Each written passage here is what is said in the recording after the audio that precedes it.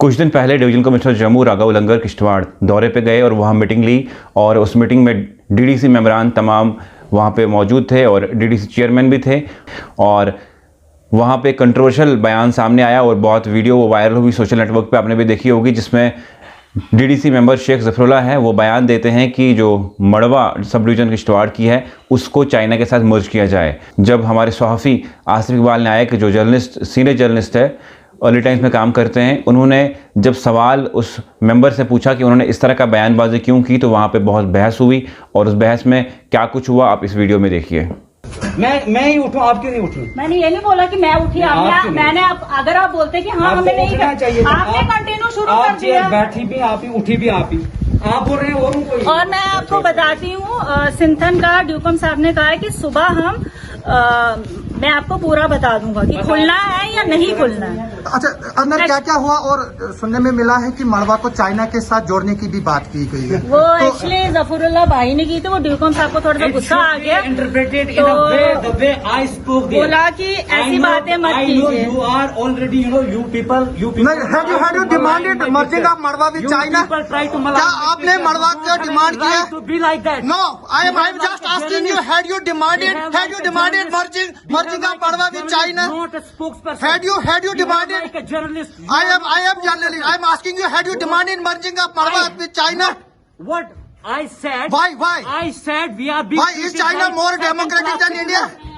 I said why we are being treated as second-class citizens. No one is treating you. That doesn't mean you are demanding. That doesn't mean you are demanding merging of Marwa with. I am not a national call. I am asking you a question. Had you demanded? Had you demanded? Why you always you people try to malign my picture. Madam. Don't try to degrade me. Why not you? Madam आप मुझे बताइए कि क्या जफरुल्लाह ने demand की? क्या जफरुल्लाह ने demand की? मैंने पहले ही बाहर इनको कहा था अगर ये हमारी बात नहीं मानते तो आप वॉकआउट करेंगे। मैंने इससे नहीं, लेकिन मेरा क्वेश्चन है क्या इन्होंने डिमांड की मड़वा को चाइना के साथ जोड़ा जाए? मैं वही थी एंड ड्यूकम साहब ने कहा कि अगर आप ऐसी बातें करेंगे तो मैं ये आपकी बात सुनने को तैयार नहीं। Thank you. मेरे साथ इस टाइम जुड़े हुए आसिफ इकबाल नाइक सीधा किश्तवाड़ से, इनसे बात करने की कोशिश करेंगे और जानते हैं क्या कुछ वहाँ पे मसला हुआ था जिस पे इतनी बहसबाजी हुई। आसिफ जी, आपका बहुत बहुत स्वागत है। क्या कुछ हुआ वहाँ पे, क्योंकि वीडियो बहुत वायरल हुई और जो सब डिवीजन मड़वा को जो है मर्ज करने की बात की जा रही थी चाइना के साथ और एक जिम्मेवार जो शख्स हैं जो डीडीसी मेंबर रह चुके हैं उनने ऐसा बयानबाजी की। क्या कुछ मसला हुआ, क्यों ऐसा बयान देना पड़ा उन्हें कि चाइना के साथ इसे सब डिवीजन मड़वा को जोड़ दिया जाए? जी, ये इशू जो है वो उसके एक स्टेटमेंट और डिमांड को लेकर है, जिसमें जो डिविजनल कमिश्नर जम्मू राघव लंगर जी जो है वो किश्तवाड़ के टूर पे आए थे, तो वहाँ पर जो है वो मिलने के लिए गए थे। तो उधर पर उसने जो है वो वहाँ पर जो है वो गवर्नमेंट को काफ़ी लताड़ा कि मड़वा में कोई डेवलपमेंट नहीं है, तो डिमांड की कि जो है मड़वा को जो है वो चाइना के साथ जो है वो मर्ज किया जाए। सिर्फ चाइना ही जो है मड़वा की डेवलपमेंट कर सकता है, जिस पर डिविजनल कमिश्नर ने सीरियस नोट लिया और उसको वहाँ पर जो है वो लताड़ा की ये जो है एंटी नेशनल बातें जो है वो नहीं चलेंगी और उनको जो है वो नहीं सुना जाएगा। तो फिर बाद में जब ये इंफॉर्मेशन बाहर आई हमारे सोर्सेज के हिसाब से, तो फिर जब हमने डीडीसी जो चेयरपर्सन है उसको पूछना चाहा कि क्या इस तरह की डिमांड जो है वो वहाँ पर उठी, तो डीडीसी चेयरपर्सन जो पूजा ठाकुर जी उन्होंने कंफर्म किया कि हाँ, जो शेख जफरुल्लाह है उसने मड़वा को चाइना के साथ मर्ज करने की बात की। तो उसके बाद जब शेख जफरुल्लाह को कन्फ्रंट करने की कोशिश हमने की और उनसे इस सवाल का जवाब पूछना चाहा कि क्या वो उन्होंने ये डिमांड रखी और क्यों रखी, जो कि ये एक एंटी नेशनल डिमांड है, क्या चाइना जो है वो हिंदुस्तान से ज़्यादा डेमोक्रेटिक कंट्री है? जवाब देने के बजाय जो है वो शेख जफरुल्लाह जो है वो मुझ पर इल्ज़ाम लगाने लगा कि आप नेशनल कॉन्फ्रेंस के स्पोक्स पर्सन हैं, जबकि वो खुद एक दूसरा वीडियो भी आपने देखा होगा जब मेरे से वो बेस कर रहा है और वो पूजा ठाकुर और वो जफरुल्लाह जब बेस कर रहे हैं तो उसको वो बोल रहा है कि मैंने वो आपको जी वोट दिया। पूजा ठाकुर जो है वो नेशनल कॉन्फ्रेंस की कैंडिडेट थी, अगर उसने नेशनल कॉन्फ्रेंस के कैंडिडेट को वोट दिया तो वो मुझे स्पोक्स पर्सन कह रहा है उसी पार्टी का जिसको वो वोट शेख जफरुल्लाह है, डीडीसी मेंबर है मड़वा से और लोगों ने चुना हुआ है और जिसको लोगों ने चुना होगा, जो लोगों का सरबराह होगा, और वो इस तरह का बयानबाजी करे तो क्या कुछ इससे इफेक्ट पड़ सकता है समाज में? जो शेख जफरुल्लाह है, इसकी एक अच्छी खासी बैकग्राउंड है। इसका एक जो बड़ा ब्रदर था उसका नाम अब्दुल लतीफ शेख गालिबन था, वो एक एक्टिव टेररिस्ट था जिसको एनकाउंटर में मारा गया था। इसका जो फादर है गुलाम शेख के नाम से वो जाना जाता है, वो जो है वो एक पर्टिकुलर आइडियालॉजी से ताल्लुक रखता था, जो मड़वा में बाइकाट काल जो है वो इम्प्लीमेंट कराता था कि मुस्लिम्स को कहता था कि आप वोट जो है वो ना दे, क्योंकि हिंदुस्तान की जमहूरियत पे उनको यकीन नहीं था।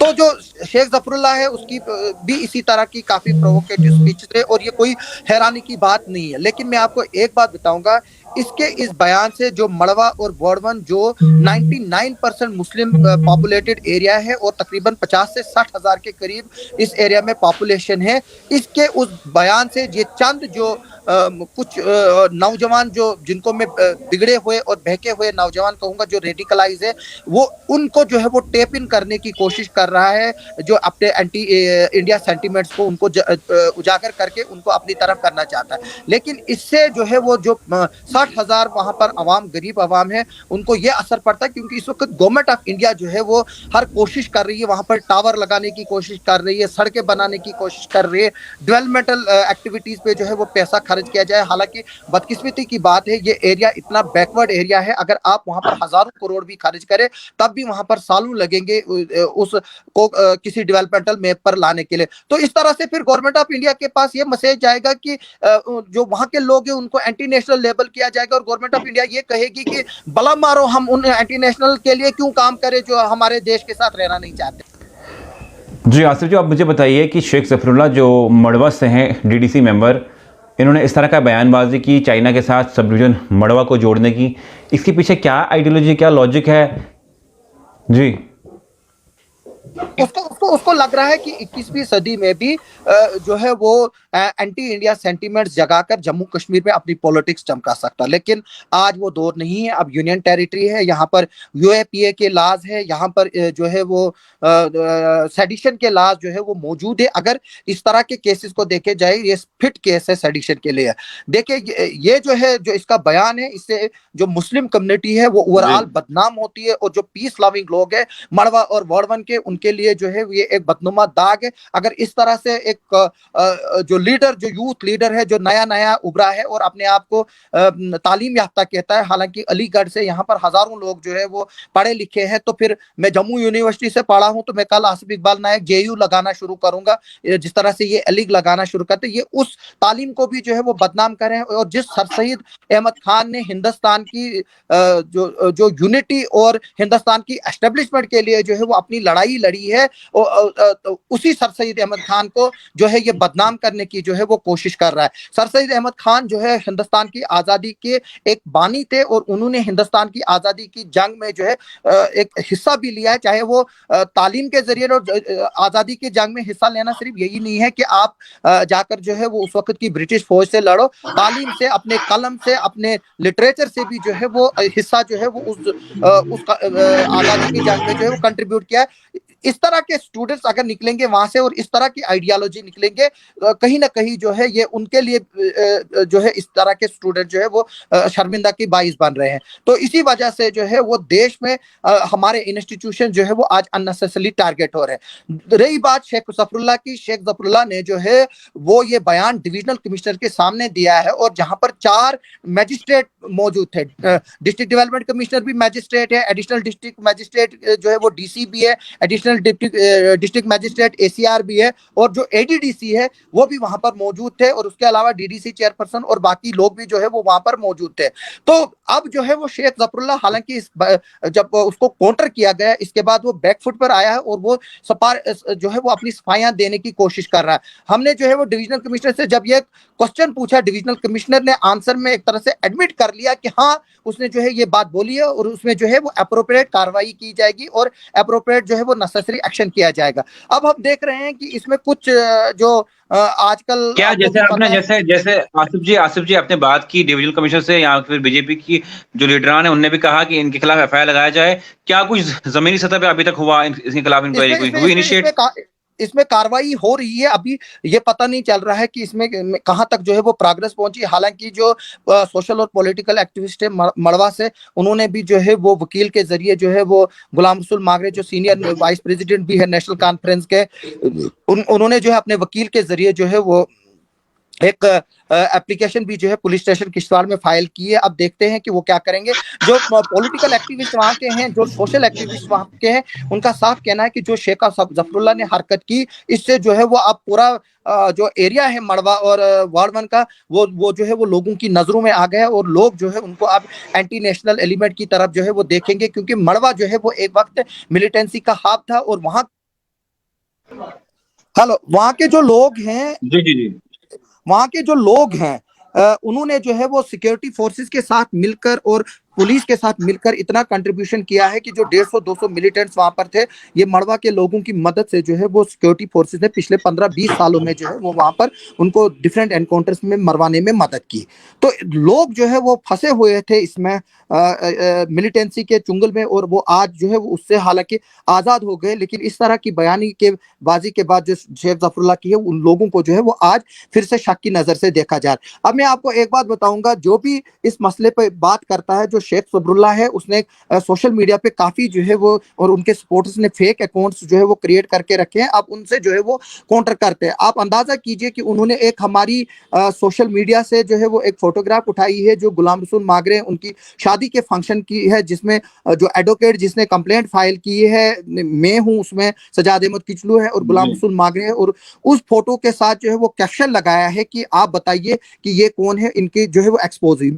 हम एक जर्नलिस्ट है, हमारा को क्वेश्चन पूछने का हक है। अगर शेख जफरुल्लाह ने ये बात की थी तो उसको जो है वो उसका जवाब देना चाहिए था, न कि उसको जो है वो बातों में उलझकर जो है वो रिपोर्टरों पर और हर एक पर जो उसके इस डिसीजन को जो है वो कंडेम करता है, उसके खिलाफ उंगलियां उठाना शुरू। दूसरी बात मैं बताऊं कि वो 7 महीने से जो है वो किश्तवाड़ में बैठा है। जब से वो इलेक्शन जीता है वो कभी मड़वा नहीं गया है। वहां के लोग जो है उन्होंने उसके खिलाफ जो है वो मिसिंग के पोस्टर्स भी लगाए हैं और लोग बोलते हैं कि वो मिसिंग है ग्राउंड से, जबकि मड़वा में आगजनी के वाकया हुए, मड़वा में जो है काफी अमाते हुई, मड़वा में डॉक्टर नहीं है। और मैं आपको एक बात बता दूं कि मड़वा में जो एक डॉक्टर है वहां पर पोस्टेड, शायद हंजल में है, वो जो है वो सरकारी दवाइयां जो है वो प्राइवेट क्लिनिक पे बेचता है और उसके साथ उसके अलावा जो है ड्यूटी पे भी नहीं मौजूद है। वहां पर जो लोकल एम्प्लॉइज है वो ड्यूटी नहीं दे रहे हैं। और इसमें पीआईएल भी फाइल हुई है हाई कोर्ट में। जो गुलाम रसूल मागरे हैं उन्होंने पीआईएल भी जो है वो फाइल की है, जिसमें जवाब भी आए हैं और गवर्नमेंट को जो है वो काफी लताड़ा भी गया है उस पीआईएल के थ्रू, क्योंकि जितने भी ऑफिसेज मड़वा सब डिवीजन के हैं वो किश्तवाड़ से फंक्शन कर रहे हैं। और हमने ये वक्तन फौक्तन आवाज उठाई, पिछले 15 सालों से जो है वो मड़वा के लिए मैं आवाज उठा रहा हूँ। और हालांकि मुझे वहां से इलेक्शन नहीं लड़ना है, हमने मीडिया के जरिए जिस तरह से भी पॉसिबल हुआ, चाहे पॉलिटिकल फोरम हो, चाहे गवर्नमेंट की मीटिंग्स हो, चाहे चीफ सेक्रेटरी के पास कभी जाना हुआ, तो वहां पर जो है मड़वा के इलाकों को जो है वो के जो प्रॉब्लम्स है मैंने हमेशा डिस्कस की है। लेकिन जो शेख जफरुल्लाह है वो अपना एक पॉलिटिकल एजेंडा देखता है और उसको लगता है कि इस मुस्लिम डोमिनेटेड एरिया में जो है वो एंटी इंडिया सेंटीमेंट्स को जनरेट करके जो है जो मुस्लिम वोट्स है वो आगे चल के हासिल किया जा सकता है, ताकि उसका जो पॉलिटिकल एजेंडा है वो सेट हो जाए। लेकिन उसको इसके जो है वो असरात जो है वो समझ नहीं आ रहे हैं कि जिसकी वजह से ये जो इलाका है वो इससे भी जो है वो पीछे पिछड़ जाए। जी आसिफ जी, इस तरह का बयानबाजी एक डीडीसी मेंबर करे और आगे जो है आने वाले टाइम में क्या कुछ होगा, क्योंकि वहाँ पे मौके पे डिवीजन कमिश्नर जम्मू मौजूद थे और बहुत सारी एजेंसीज भी वहाँ पे थी और इस तरह के बयानबाजी होती है। क्या आपको लगता है आने वाले टाइम में क्या कुछ हो सकता है इस डीडीसी मेंबर के साथ? क्योंकि हर डिपार्टमेंट वहां पर मौजूद था, जितनी भी गवर्नमेंट की एजेंसीज हैं, पुलिस है, सीआईडी है। इनफैक्ट जब डिविजनल कमिश्नर खुद मौजूद हो और उसके सामने ये बयान दिया जाए, इसको किसी क्रॉस चेक करने की जरूरत नहीं है। मतलब 4 मजिस्ट्रेट वहां पर बैठे वो कबूल कर रहे हैं कि इसने इस तरह की डिमांड की, तो इसमें गवर्नमेंट को कार्रवाई करने की जो है वो कोई वो हिचकिचाहट नहीं होनी चाहिए। इनफैक्ट इस तरह के जो नुमाइंदे हैं उनको जो है पंचायती राज एक्ट में जो है वो डिस्क्वालिफिकेशन का भी जो है वो प्रोविजन है और गवर्नमेंट को इस तरह की डिस्क्वालिफिकेशन के लिए भी सोचना चाहिए, क्योंकि जो डीडीसी है वो एक कॉन्स्टिट्यूशनल इंस्टीट्यूशन है जहां पर हिंदुस्तान की आईन की जो है वो शपथ ली जाती है।